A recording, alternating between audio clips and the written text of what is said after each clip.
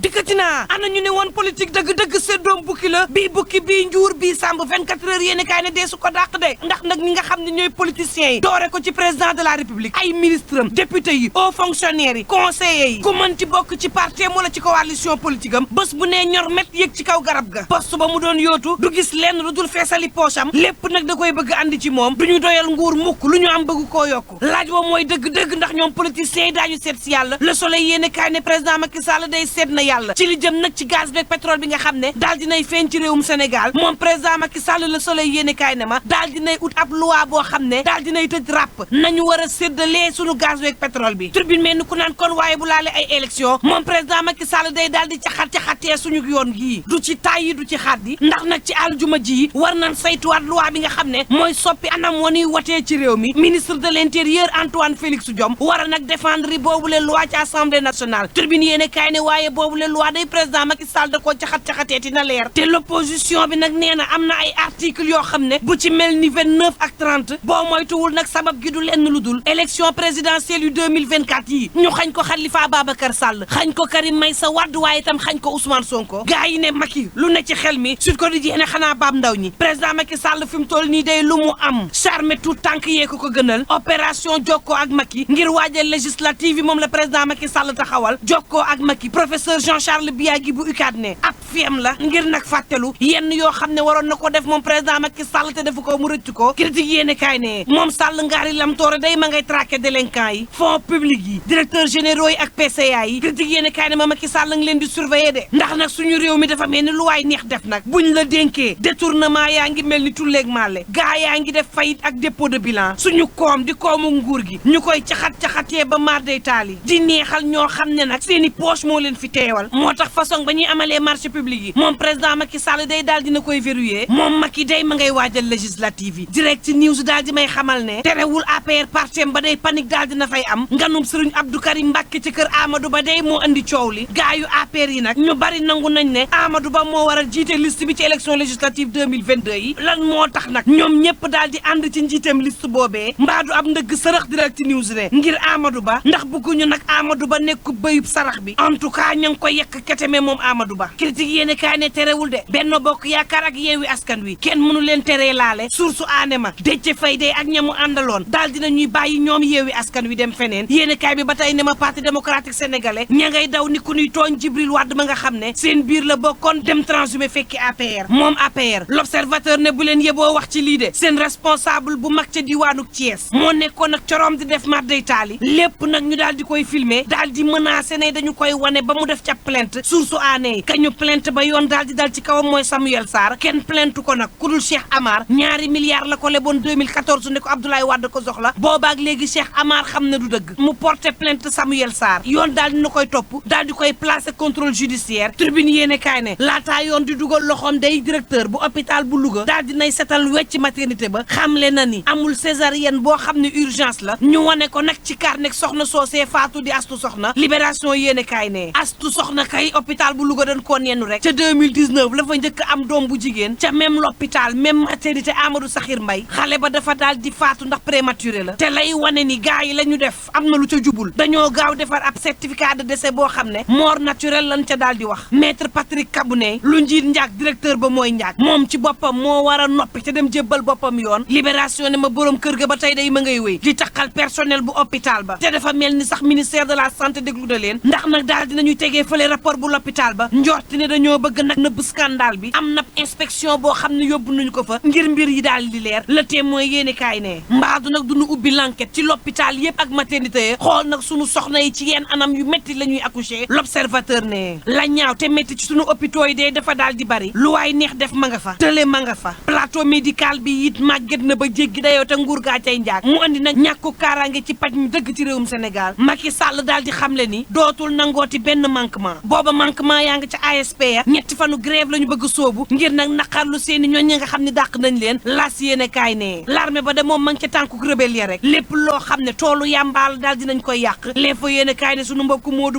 yi ña ngay ñaxtu ñaawteef gi nga xam ne daal dinañ koy teg suñu benn ñooñu sénégalais foofee ca Florence l'info yéene kaay ne ma ku wax lii wax la ca des capitaine Touré léegi ma ngay jàngale ca IAM am nag liggéey bu yees Tribune yéene kaay ne benn milliard bu teg ñetti téeméer ak juróom-ñetti millions ci faux billet moom la douane bi daal di teg loxo ni ki démb Tribune ne bul dem daaneel ak man ma daal di lay xibaar ne ab ñaawteef boo xam ne ñu ngi ko gis ci weeru koor gi nijaay akub jarbaatam bu góor la ñu fekk ci digg weeru koor ñuy sëy ci seenu biir ñoom ñaar bañ leen laajee dañoo xam le dëgg-dëgg ne borom ñaari tur yi lañ maanaam daal ay góor jigéen lañ man ni leen yendu leen ak jàmm mbokk yi. ndeysaan da ngay joxe information bi et puis. démocratie la koor gi dafa metti sax. il faut ñuy waxtaan tuuti suñu biir.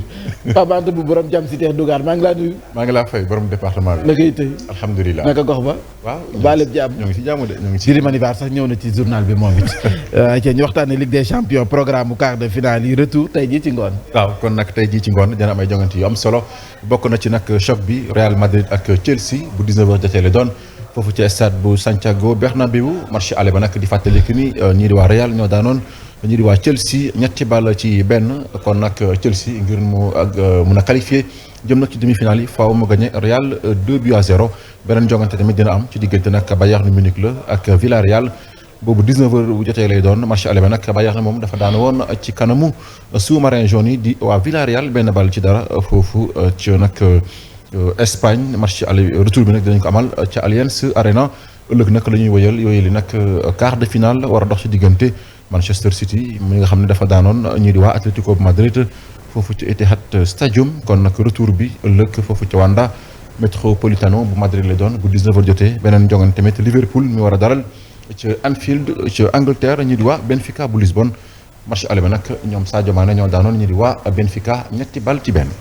ati ñu waxtaanee kon Ligue 1 sénégalaise programme mu 18e journée bi ñu ñëpp di xaar nag choc bi war a dox ci diggante Génération Foot AS Pikine. waaw gannaaw nag ba ñu génnee ci 17e journée bi ñu fas yéene nag jublu ci 18e journée bi ñu gis ne xam na nag leader bu yees muy ñii di waa Casa Sport ñoom nag am nañ fanweeri poñ ak ñaar Génération Foot topp ci am fanweeri poñ AS Pikine ñaar fukki poñ ak juróom-benn la am kon 18e journée bi sax Casa Sport moom day dem ca Saint-Louis fas yéene fa laale ak Linguère mi nga xam ne moo nekk ci 8e place bi ak 24 points. Génération Foot moom day dalal AS Pikine foofu ca Déni Biram Ndaw mën nañ jàpp ne sax boobu mën na nekk duel au sommet ndaxte ñii di waa Génération Foot ak ñii di waa AS Pikine daanaka juróom-benn poñ rek moo dox seen diggante Jaraaf bu Ndakaaru moom nekk si juróom-ñaareelu place bi am ñaar fukki poñ ak ñeent mooy dalal AS Douane benn poñ rek moo dox seen diggante kon ñu jàpp ne sax